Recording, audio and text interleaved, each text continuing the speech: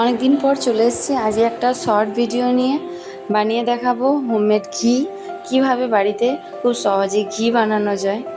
তো তার জন্য আমি 15 দিন আগেকার সর জমিয়ে ফ্রিজে রাখা ছিল, সেগুলো ভালোভাবে মিক্সিতে ব্লেন্ড করে নেব।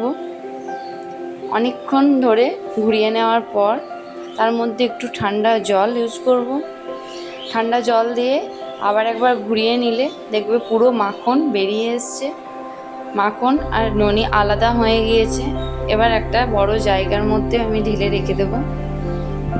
তারপর তার মধ্যে অনেকটা ঠান্ডা জল আর বরফ মিশিয়ে ভালোভাবে আলাদা করে নিতে হবে। দেখো আমি পুরো পরিষ্কারভাবে আলাদা করে নিয়েছি। এবার একটা কড়াইয়ে আমি এটা দিয়ে দেব। ভালোভাবে হাই হিটে এটাকে ফোটাতে হবে। পুরো মাখনটা গলে এসছে, এটা কন্টিনিউ ফুটতে দিতে হবে। পুরো ফেনা ছড়ে এলে ঘি তৈরি হয়ে যাবে। অনেকক্ষণ ধরে ফোটার পর ঘি হয়ে এসছে। এবার এটা আমরা ছাঁকনি দিয়ে ছেঁকে নেব।